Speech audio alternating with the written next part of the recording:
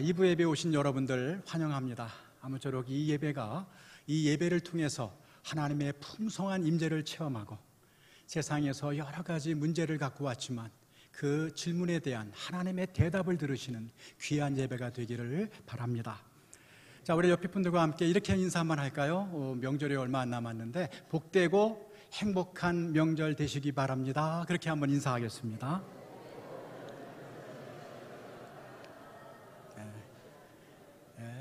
하나님의 은혜와 평강이 여러분과 여러분 가정에 충만하시기를 주의 이름으로 축원합니다. 오늘날 그리스도인 그러면 세상 사람들은 어떤 이미지를 떠올릴까요? 보통은 교회에 다니는 사람 정도로 생각할 것입니다. 실제로 한 사람이 교회에 출석하게 될 때 그에게 그리스도인 또는 크리스천이라는 이름이 따라붙게 됩니다. 그러나 맨 처음 예수 믿는 사람들이 그리스도인으로 불릴 당시에는 그 의미가 지금과는 상당히 달랐다는 것을 기억해야 될 필요가 있습니다. 오늘 본문에 보면 그리스도인이라는 명칭이 처음으로 사용된 것이 바로 안디옥이다, 그렇게 전해주고 있습니다. 여러분, 안디옥은 그 당시 수리아의 수도, 지금의 시리아죠. 수리아의 수도로서 로마 제국에서 로마와 알렉산드리아 다음으로 세 번째로 큰 대도시였습니다. 당시 로마 제국의 큰 도시들이 그러했듯이 다양한 인종, 다양한 문화, 다양한 종교가 모여있던 전형적인 이방 도시가 바로 안디옥이었습니다. 그런데 중요한 것은 이 안디옥에서 예수 믿는 사람들을 처음으로 그리스도인이라고 부르게 되었다는 사실입니다. 여러분, 11장 26절 우리가 하반부를 한번 읽어보겠습니다. 다 같이 시작. 제자들이 안디옥에서 비로소 그리스도인이라 일컬음을 받게 되었더라. 아멘. 물론 그 이전부터 예루살렘 교회가 이미 존재하고 있었습니다. 예수 믿는 사람들이 이미 존재하고 있었다는 것이죠. 그런데 이 안디옥에서 처음으로 그리스도인이라는 이름이 붙여졌다는 사실은 교회사적으로 매우 중요한 사건이 아닐 수 없습니다. 이 안디옥에서 비로소 그리스도인의 정체성이 확립되기 시작했다는 의미이기 때문입니다. 그리스도인, 우리가 자주 사용하는 그리스도인이라는 번역된 헬라어 단어는 크리스티아노이라고 하는 단어입니다. 크리스티아노이. 여러분, 이 말은 두 단어의 합성어인데 크리스토스, 즉 그리스도를 가리키는 명사와 이아노이, 즉 누구에게 속하다라고 하는 전미사가 합성된 그러한 용어가 되겠습니다. 그러니까 그리스도인이라는 말은 문자 그대로는 그리스도에 속한 사람, 그리스도의 사람, 그런 뜻이 담겨져 있다는 것입니다. 그런데 여기서 그리스도인이라고 일컬음을 받게 되었다라는 말은 수동태로 되어 있습니다. 수동형으로 되어 있다는 것이죠. 그 말은 그리스도인이라고 하는 이 이름이 성도들 스스로가 붙인 이름이 아니라 믿지 않는 사람들이 그렇게 붙여준 이름이었다는 것을 말해줍니다. 그러니까 다종교가 지배하던 이방인의 세계에서 예수를 믿지 않는 불신자들의 눈에 부정적이든 긍정적이든 성도들을 향해 그리스도인이야 라고 부를 수 있는 그 무언가 독특하고 특별한 점이 있었다는 것입니다. 자, 그렇다면 안디옥에 살던 사람들은 도대체 어떤 맥락에서 예수 믿는 사람들을 가리켜 그리스도인이라고 부르게 되었을까요? 바꾸어 말하면 그리스도인이란 본래 어떤 사람들을 가르치는 명칭이었을까요? 그래서 오늘은 이 본문 말씀을 통해 오늘도 여전히 그리스도인이라고 불리는 저와 여러분의 정체성을 다시 한번 묵상해 보고자 하는 것입니다. 첫째로, 그들은 그리스도를 진정으로 사랑했던 사람들이라는 것입니다. 그리스도를 진정 사랑했던 사람들, 자, 오늘 본문 사도행전 11장 19절을 한번 우리가 읽어보겠습니다. 제가 읽어드립니다. 그때에 스데반의 일로 일어난 환난으로 말미암아 흩어진 자들이, 다시 말하면 이 안디옥 교회는 스데반의 핍박으로 인해 흩어진 사람들이 설립한 교회였다는 것입니다. 스데반이 예루살렘에서 돌에 맞아 첫 번째로 순교를 당하지요. 그 이후 유대인들은 본격적으로 교회와 예수 믿는 사람들을 박해하기 시작했다는 것입니다. 그러자 유대인들의 박해를 피해 예루살렘을 떠나 여러 나라, 도시로 흩어진 사람들이 있었는데, 그들 중에 몇몇 사람들이 안디옥에 와서 복음을 전하기 시작했다는 것입니다. 그러니까 이 사람들은 어떤 사람들입니까? 세상 사람들의 눈에 그들은 예수 때문에 모든 것을 잃어버린 사람들이었습니다. 예수를 믿는다는 사실 하나 때문에 정든 고향과 가족과 일터를 등지고 졸지에 떠나야 했던 것입니다. 어떻게 보면 그들은 예수 때문에 망한 사람들입니다. 그런데 이 사람들이 안디옥 땅에서 뭘 하고 다니시는지 아십니까? 그 예수 전하고 다니더라, 그 말입니다. 예수 믿다가 다 잃어버렸는데 피난 간 그 자리에서 또 그 예수를 전하고 있다는 것입니다. 여러분, 이거 우리가 어떻게 설명할 수가 있겠습니까? 그들은 자신들이 잃어버린 모든 것보다 예수가 더 귀하고 소중한 분임을 체험한 사람들이었습니다.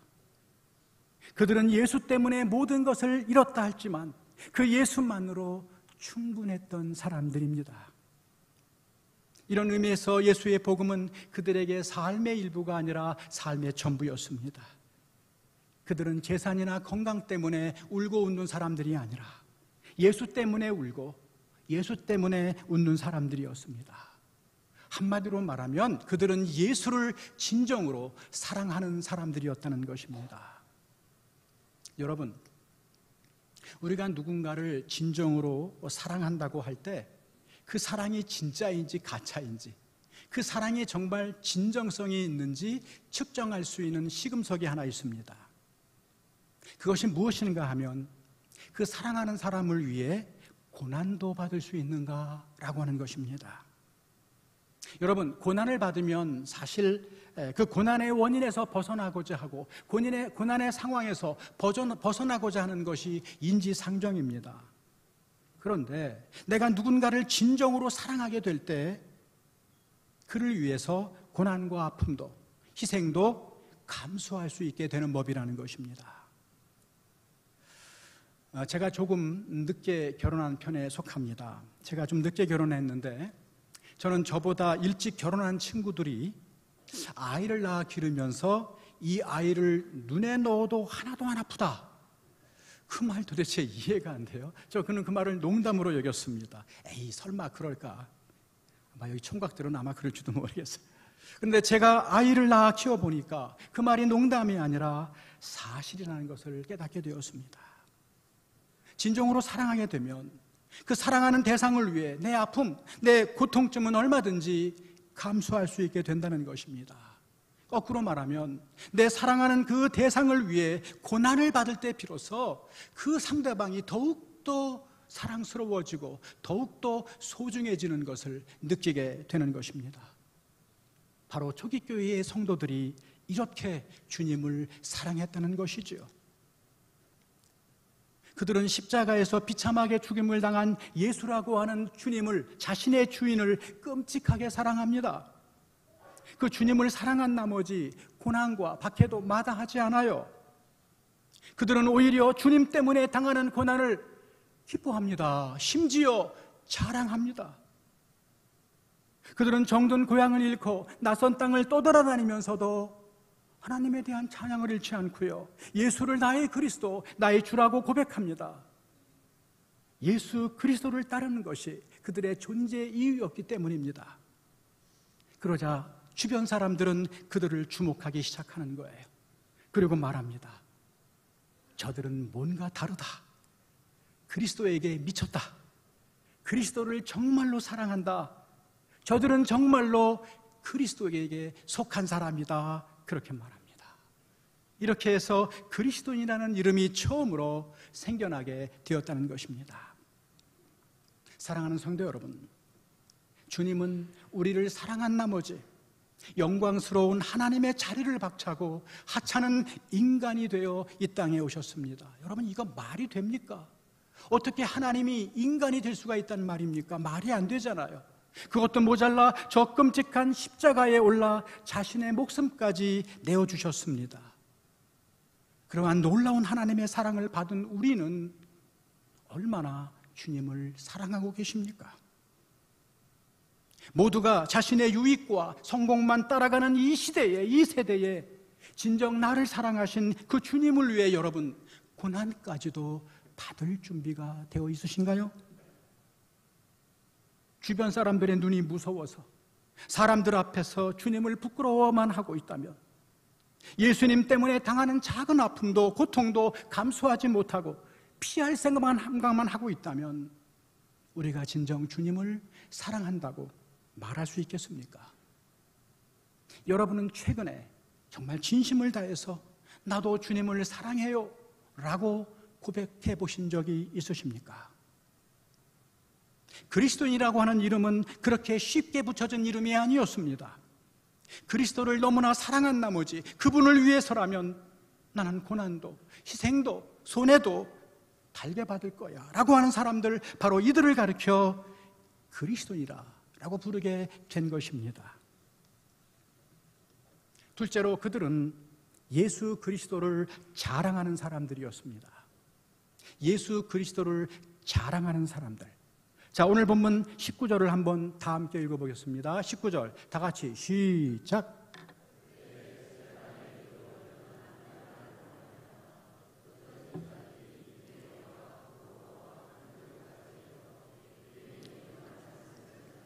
아멘. 여러분, 여기에 보면 초기 교회의 역사에 있어서 매우 중요한 사건이 하나 일어나고 있습니다. 다시 말하면 복음이 유대인에게서 유대인을 넘어서서 이방인에게도 전파되는 중요한 전환점을 말해주고 있는 것입니다. 19절에 보게 되면 유대인에게만 말씀을 전하는데 그렇게 말하고 있어요. 유대인에게만, 이 만자가 중요합니다. 이것이 그때까지 초기 교회의 관례였다는 것입니다. 처음부터 이방 사람들에게 복음이 전해진 것이 결코 아니었습니다. 팔레스틴 본토에 있는 유대인이든 아니면 외국에 살고 있던 디아스포라 유대인이든 처음에는 유대인에게만 복음이 전해졌다는 것입니다.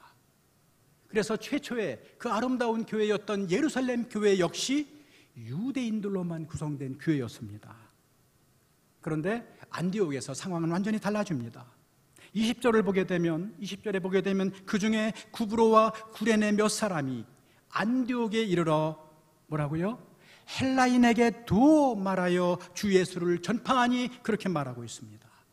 여러분, 여기서 헬라인에게도라고 하는 말이 얼마나 중요한지 몰라요. 이것은 안디옥에서 비로소 유대인에게만이 아니라 이방인에게도 주 예수의 복음이 전파되었다는 말입니다. 다시 말해서 안디옥에서 기독교 역사상 최초로 유대인과 이방인으로 구성된 교회가 세워지게 된 것이라는 것이죠. 여기에 바로 안디옥 교회의 의미가 있습니다. 중요한 것은 이 놀라운 복음의 역사를 이룬 사람들이 이름만 대면 누구나 다 아는 사도들이 아니었다는 거예요. 기레사 같은 사도가 아니라 박해 때문에 흩어졌던 무명의 그리스도인들이었다는 사실입니다. 여러분, 이 사람들이 처음에 어떻게 예수를 믿으라고 전했을지 한번 상상해 보신 적이 있으십니까? 여러분, 이 사람들은 예수 믿으면 성공합니다, 그렇게 전도할 수 있었을까요?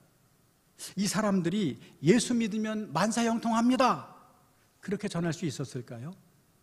아닙니다. 다른 사람들의 눈에 지금 자기들 처지가 예수 믿다가 망한 사람들로 보이지 않습니까? 그들은 다른 말할 처지도 아니고 또 다른 말할 필요도 없습니다. 오직 주 예수의 복음만 전했습니다. 그래요. 나 예수 믿다가 모든 것을 다 잃어버렸어요. 망했어요. 그런데 참 이상하죠. 그런데도 웃음이 나와요. 아무것도 없는데도 왜 이렇게 행복한지 모르겠어요. 모든 것을 다 가졌을 때보다 더 좋아요. 예수께 내 삶을 모두 맡기니 얼마나 평안한지 몰라요. 나는 죽어도 산다니까요. 이 예수를 당신도 한번 믿어보실래요? 이렇게 전하지 않았을까요? 그들은 예수님의 죽으심과 부활에 대한 확신이 있었기 때문에, 이 세상의 모든 것을 과감하게 상대화할 수 있었다는 것입니다. 나도 예수님처럼 부활할 것이라는 사실이 분명하게 믿어지니까 지금 이 세상에서 신적 노릇하고 있는, 신적인 영향력을 과시하는 돈, 권력, 명예, 성공에 매이지 않아요. 예수라고 하는 진정한 보화를 발견하니까 그러한 일시적이고 무상한 것에 얽매이거나 묶이지 않아요. 진정한 의미에서 모든 것에서 매이지 않고 묶이지 않으면 그건 자유죠. 진정한 자유인이 되는 것이죠. 그렇기 때문에 그들이 전하는 복음은 이 세상의 그 어떤 것보다도 예수와 비길 것이 없다라는 사실을 있는 그대로 보여주는 진리 그 자체였다고 할 수 있습니다. 그런데 참 놀라운 일이 벌어집니다. 예수의 이런 복음밖에는 전한 것이 없는데 그들의 복음을 듣고 수많은 사람이 예수께 돌아오는 역사가 일어난 것입니다. 21절에 그 이유가 나와요. 21절에 보면 주의 손이 그들과 함께 하심에, 주의 손이 그들과 함께 하심에 수많은 사람이 예수를 믿고 죽게 돌아오는 역사가 일어나게 되었다는 것이죠. 주의 손, 주의 능력이 함께 하사 이 사람들의 관점에는 정말 보잘것없는 이 사람들을 통해 유대인뿐만이 아니라 이방인까지도 예수를 믿게 되었다는 사실입니다. 안디옥 사람들은 그렇게 그리스도를 전하는 사람들을 보면서 그들을 향해 이렇게 외치는 것이죠. 저들은 정말 그리스도에 속한 사람들이야. 그리스도의 사람들이야. 여러분, 그리스도란 누구입니까? 예수 그리스도의 복음을 이 작은 가슴에 다 담아둘 수 없어서 그 예수를 밖으로 토해내지 않고는 견딜 수 없는 사람들, 이 벌레만도 못한 자에게 베푸신 그 크신 하나님의 사랑을 내 마음에 다 담아둘 수 없어서 밖으로 분출할 수밖에 없는 사람들. 어디선가 이런 아름다운 글귀를 읽어본 적이 있습니다.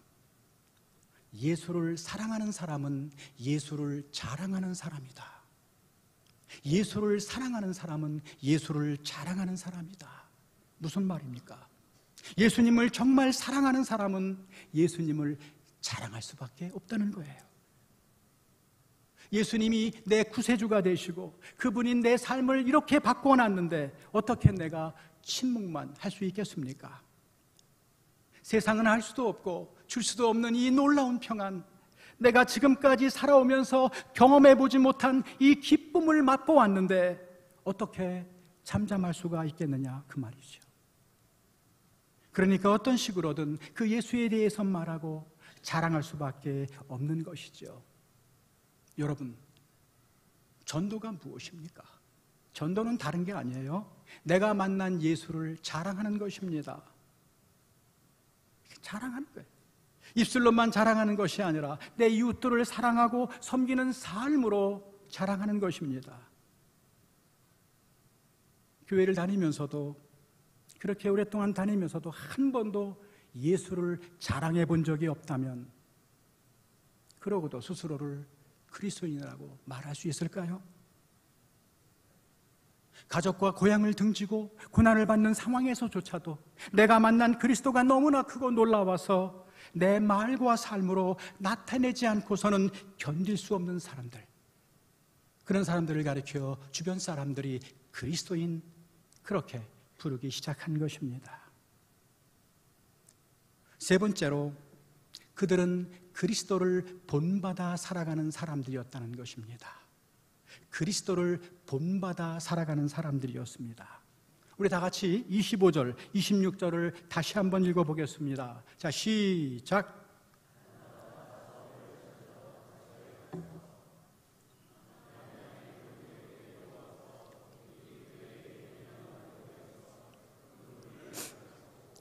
제자들이 안디옥에서 비로소 그리스도인이라 일컬음을 받게 되었더라. 아멘. 여러분, 바나바와 사울이 공동으로 교회에서 1년 동안 무리를 가르쳤다는 것이죠. 그 결과 안디옥 사람들이 예수 믿는 사람들을 그리스도인이라고 부르기 시작한 직접적인 동기가 됐다는 것입니다. 여러분, 뭘 가르쳤을까요? 하나님 말씀 가르치지 않았겠습니까? 제자들이 어떻게 예수님을 따라 살까? 제자 훈련 배우지 않았겠습니까? 여러분, 예수님의 제자가 된다는 말의 핵심은 예수 그리스도를 본받는 데 있습니다.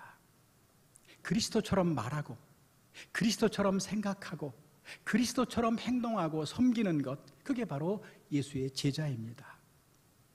이렇게 1년간 가르침을 막 받고 난 다음에 예수의 제자들이 그리스도인이라고 일컬음을 받게 되었다는 것이죠. 그러니까 단 1년 만에 예수의 냄새가, 그리스도의 향기가 그들의 삶 속에서 나타나기 시작했다는 거예요. 1년 만에. 우리의 문제는 뭡니까? 예수를 그렇게 오랫동안 믿었는데 예수 냄새 하나도 안 나는 사람이 그렇게 많다는 것 아닙니까? 오늘 24절에 보면 아주 흥미로운 말씀이 나옵니다. 거기에 보면 바나바는 착한 사람이요 성령과 믿음이 충만한 사람이라 이에 큰 무리가 죽게 더하여지더라. 굉장히 흥미로운 말씀이죠. 맥이 조금 안 맞는 것 같습니다. 근데 여러분 잘 생각해 보면 이게 무엇을 의미하는 것입니까? 바나바의 신앙 인격이, 바나바의 선한 삶이 많은 사람이 예수께 들어오는 미끄럼이 되었다는 그런 의미가 아니겠습니까? 그러니까 처음 그리스도인들은 말로만 그리스도를 전하는 사람이 아니었다는 것입니다. 그들의 인격이, 그들의 삶이 그리스도를 닮아가고 있었다는 것입니다. 그들은 이 세상에 살고 있지만, 이 세상 안에 살고 있지만 더 이상 이 세상의 가치관이 아니라 그들이 섬기는 그리스도의 가치관을 따르는 사람들이었습니다. 그들은 자신들의 주님만 사랑하는 것이 아니라 자기들끼리도 끔찍하게 사랑합니다. 또한 그들은 자기를 비난하며 조롱하며 심지어 박해하는 사람들을 악으로 대하지 않습니다. 악을 악으로, 욕을 욕으로 대하는 것이 아니라 선으로 대합니다. 그들의 악을 친절과 사랑으로 갚으며 그들을 위해 기도합니다. 불의와 죄악이 넘실대는 세상의 한복판에서 그들은 한 줌의 정직과 진실을 실천하고자 몸부림칩니다. 그러자 세상 사람들은 자기들과 전혀 다른 방식으로 살아가는 이 사람들을 주목하기 시작하는 거예요. 어떤 사람들은 그들이 자기들과 다르다는 이유로 인해 그들을 미워합니다. 경멸합니다. 왕따시킵니다. 그러나 또 어떤 사람들은 그들의 모습을 보고 감동을 받아 그들을 존경하게 됩니다. 그들에게 관심을 갖게 되는 거예요. 중간은 없어요. 중립이 없어요. 그리스도인이라는 이 말 속에는 작은 예수 또는 작은 그리스도라는 의미도 들어 있습니다. 그러니까 그들의 삶 속에서 그리스도의 향기가 나고 그들을 통해서 그리스도의 사랑이 드러나게 되었다는 말입니다. 그러니까 안디옥 사람들은 예수 믿는 사람들의 그 삶을 통해 그리스도를 보는 거예요. 그리스도를 볼 수 있었기에 그들을 가리켜 그리스도인이다, 그렇게 부르게 된 것입니다. 여러분, 그 유명한 고대 교회의 지도자였던 터틀리안이라는 사람이 있습니다. 교부인데요, 이 터틀리안의 글을 보면 초대교회 교인들이 불신자들에게 어떻게 전도했는지 그 글귀가 남아져 있습니다. 초기 교회 사람들이 어떻게 복음을 전했는가 하면, 여러분은 우리 그리스도인들처럼 서로 사랑하는 사람들을 본 적이 있으십니까? 끝. 이게 전도였대요. 여러분은 우리 그리스도인들처럼 사랑하는 사람을 이 땅에서 본 적이 있으십니까? 이게 그들의 전도 내용이었다는 거예요. 오늘날 우리가 이렇게 전도한다면 과연 몇 사람이나 호응할지 모르겠습니다. 여러분, 주님은 우리를 이 세상의 소금이요 빛으로 부르셨습니다. 너희는 세상의 소금이다, 빛이다, 그렇게 말했습니다. 이 말은 여러분 한마디로 뭘 말하는 것입니까? 뭔가 달라야 한다는 것입니다. 달라야 된다는 것입니다. 똑같아서는 결코 변화는 일어나지 않아요. 달라야 변화가 일어난다는 말입니다. 그리스도인이라면 적어도 세상 사람들과는 좀 다르게 생각하고, 다르게 목표를 정하고, 다르게 말하고, 좀 다르게 행동해야 된다는 것입니다. 여러분, 오늘날 세상 사람들이 우리 그리스도인들을 향해 비난하는 가장 큰 이유가 뭐예요? 우리가 왜 모욕을 당합니까? 그리스도인들이 결국 자신들과 다른 게 별로 없다는 것 아닙니까? 결국 너나 나나 다른 게 뭔데? 뭐가 다른데? 이것이 그들이 실망하는 이유고, 우리 그리스도인들에게 기대를 내려놓는 이유가 아니겠습니까?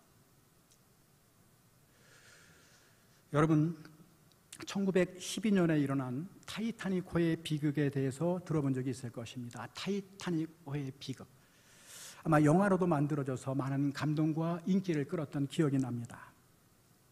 전체 승선 인원 2223명 중에 무려 1514명이 사망했다고 하니 엄청난 비극이 아닐 수 없습니다. 그런데 어떤 분이 이 타이타닉 사고의 생존율에 대해서 조사했다고 합니다. 여러분 한번 상상해 보세요. 이러한 대형 사고에서 남자가 살아날 가능성이 더 큽니까? 아니면 여자나 아이들이 살아날 가능성이 더 크겠습니까? 당연히 남자들이죠. 구명보트에는 한계가 있으니까 힘 좋고 발 빠른 남자가 살아날 가능성이 더 높은 것이 당연하지 않습니까? 그런데 나중에 통계를 보니까 아이 생존율이 51%, 여자 생존율이 무려 74%였다는 거예요. 반면에 남자 생존율은 불과 20%도 안 됐다는 것입니다. 여러분, 어떻게 이런 결과가 나왔을까요? 기록에 의하면 그러한 급박한 위기의 순간에 선장이었던 에드워드 스미스가 외친 한마디가 굉장히 큰 영향을 끼쳤다는 것입니다. 모두가 우왕좌왕하며 정신없는 순간에 그 선장이 이렇게 소리치고 다녔다는 것입니다. Be British, Be British. 우리말로 하면 영국인다우십시오. 영국인처럼 행동하십시오. Be British. 여러분, 이 한마디가 그 영국 남자들로 하여금 양심을 찌르고 비굴하거나 부끄럽지 않게 그들이 존중하는 기사도 정신으로 여인과 아이들을 먼저 구했다는 것입니다. 모든 것이 혼미하고 불확실한 이 나라와 한국교회의 상황에서도 적어도 이런 선장 한 사람 정도는 필요하지 않겠습니까? Be British 대신에 Be Christian, Be Christian. 그리스도인다우십시오. 그리스도인답게 행동하십시다. 믿는다고 하면서도 한평생 초라하고 부끄럽게 살지 말고, 내가 하나님의 사람이야, 내가 그리스도인이야, 남이 어떻게 살든 나에게는 거룩하게 살아야 될 사명이 있어. Be Christian. 이렇게 외치며 등불이 되는 정말 품이 있는 그리스도인 있어야 되지 않겠습니까? 저와 여러분이 기왕 그리스도인이 되었다면 이제 머물 수 없잖아요. 이왕지사 그리스도인이 되었다면 이제 진짜가 돼야 됩니다. 말로만 말고 진짜 예수 잘 믿는 그리스도인 한번 돼봐야 되지 않겠습니까? 그래서 우리가 세상 떠나는 날 우리들의 자녀들을 다 모아놓고 이렇게 말할 수 있으면 얼마나 좋겠습니까? 얘들아, 내 평생에 한 가지 나도 예수 잘 믿으려고 노력했다. 나도 예수 정말 잘 믿으려고 노력했어. 너희들도 말로만 말고 진짜 예수 잘 믿는 사람 되어라. 이렇게 우리의 삶을 마무리할 수 있다면 저와 여러분은 얼마나 행복한 사람이겠습니까? 여러분은 최근에 그저 교회 다니는 사람 정도가 아니라 저 사람은 정말로 그리스도인이야 라는 말을 한 번이라도 들어본 적이 있으십니까? 이것이 바로 오늘날 저와 여러분이 간절히 다시 듣고 싶은 그 이름인 것입니다.